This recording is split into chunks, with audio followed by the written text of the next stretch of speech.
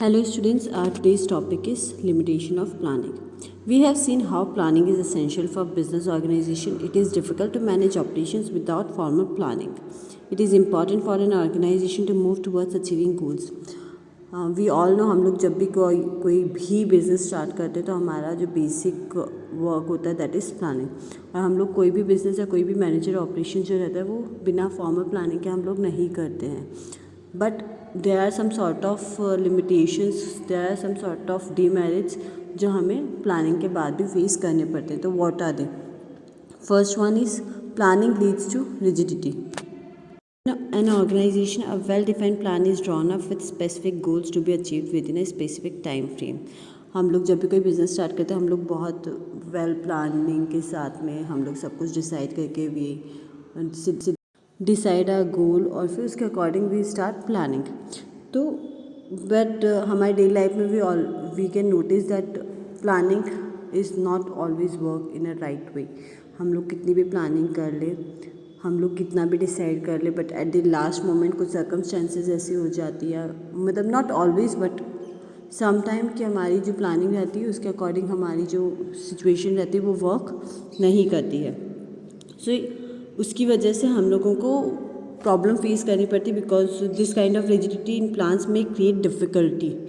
So managers need to be given some flexibility to be able to cope with the change circumstances. अगर कोई situation अलग हो जाती है तो हमें मैनेजर्स को इतनी अथॉरिटी देनी चाहिए कि वो अकॉर्डिंग टू सिचुएशन प्लानिंग के अंदर चेंजेस कर सकते हैं. Now the second one is planning may not work in a dynamic environment. The business environment is dynamic, nothing is constant. The environment consists of a number of dimensions: economic, political, physical, legal and social dimensions. हम लोग जो भी planning करते हैं हम लोग अपने business को ध्यान में रख के करते हैं. We want think about economic, political, physical, legal, social जो भी चेंजेस आते हैं, जो भी सर्कमस्टेंसेज होते हैं, we want think about that. और अगर हम लोग सोचते भी हैं तो हम उस टाइम पे जो सिचुएशन होती है उसके अकॉर्डिंग सोचते हैं. तो वी ऑल नो वो जो रहती है वो टाइम टू टाइम चेंज होती रहती हैं. तो the organisation has to constantly adopt itself to changes. कुछ भी चेंजेस आते हैं तो हमारे लिए इंपॉर्टेंट है कि हम उस चीज़ को अडॉप्ट कर लें और उसके अकॉर्डिंग वर्क करें. But it becomes difficult to accurately assess future trends in the environment if economic politicals are modified or political conditions in the country are not stable or there is a natural calamities. अगर कुछ भी changes आ जाते हैं politically या कुछ भी natural disaster हो जाता है, कुछ भी होता है, तो उसके अंदर हमें जो प्लानिंग होती है दैट विल वांट वर्क और हमें उसके अकॉर्डिंग खुद को चेंज करना पड़ता है, हमारी प्लानिंग्स को चेंज करना पड़ता है. Now the third one is planning reduces creativity.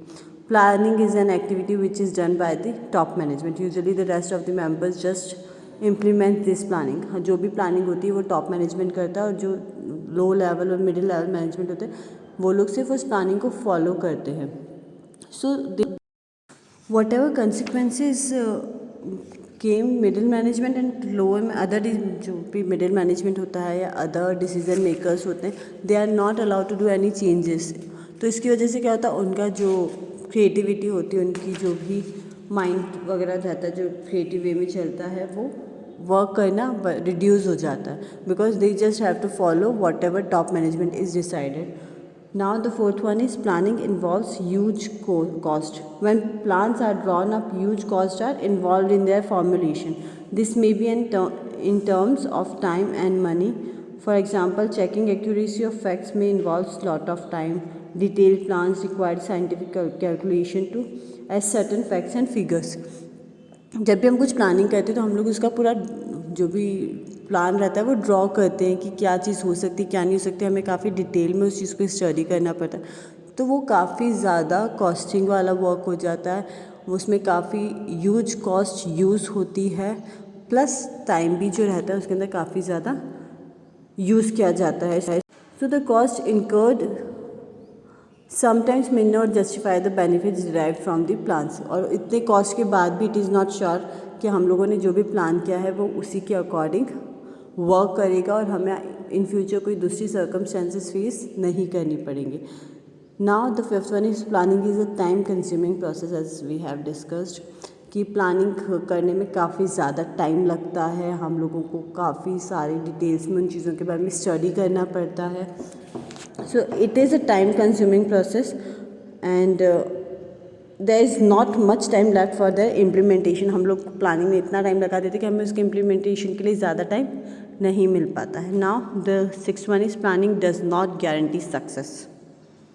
The success of an enterprise is possible only when plans are properly drawn up and implemented. Any plan needs to be translated into action or it becomes meaningless. हम लोगों ने जो भी planning की है वो कब useful होती है, जब उसे प्रॉपर्ली ड्रॉन अप किया जाता है, उसे प्रॉपर्ली इम्प्लीमेंट किया जाता है, उसी के अकॉर्डिंग वर्क किया जाता है. बट अगर हम लोग उसके अकॉर्डिंग वर्क नहीं करते हैं तो उस प्लानिंग का कोई भी मतलब नहीं होता है. Managers have a tendency to rely on previously tried and tested successfully plans. हम लोग मेनली क्या करते हैं, हम लोगों को जो पहले से हम लोगों ने ट्राई कर रखा है, टेस्ट कर रखा है, उसी के अकॉर्डिंग वर्क करना पसंद करते हैं. तो it is not sure if you are planning something तो आपको उसके अकॉर्डिंग सक्सेस मिल जाएगी.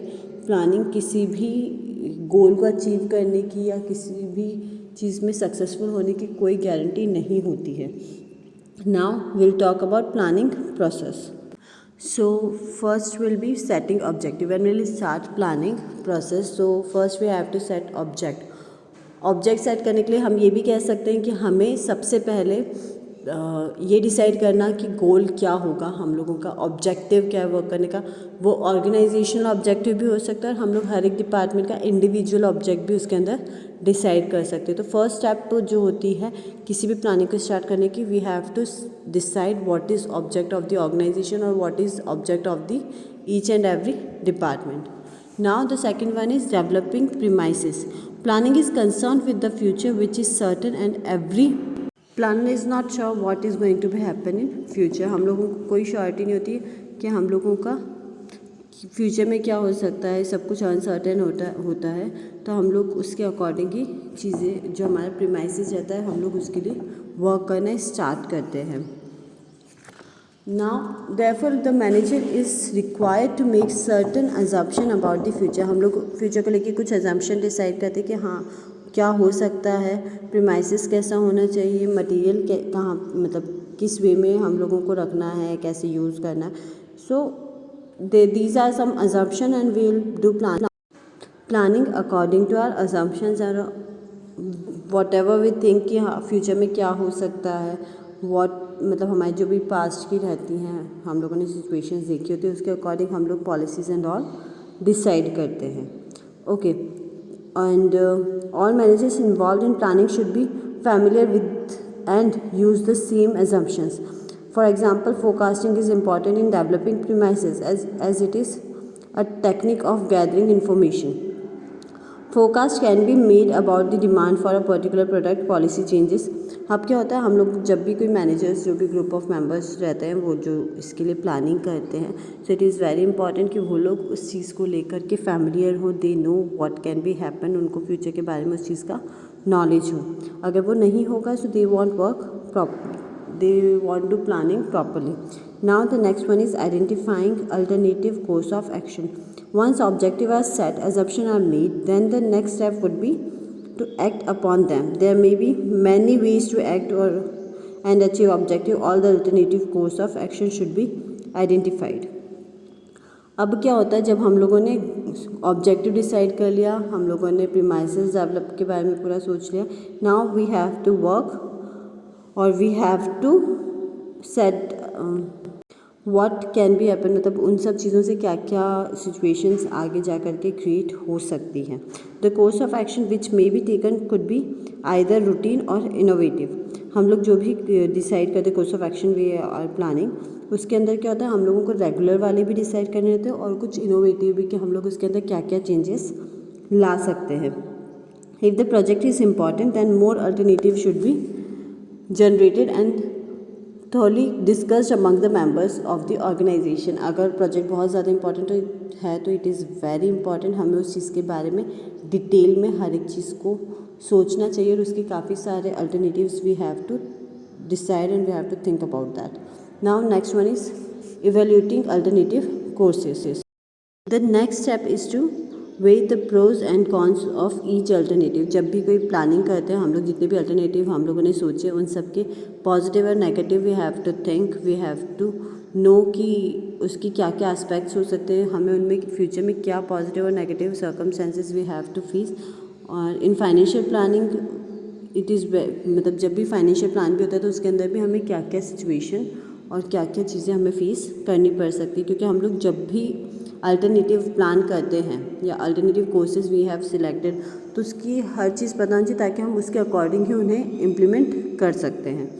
Okay, and we will be prepare कि अगर ये चीज़ होती है नेगेटिव तो हमें उसके उस सिचुएशन में क्या चीज़ करनी है।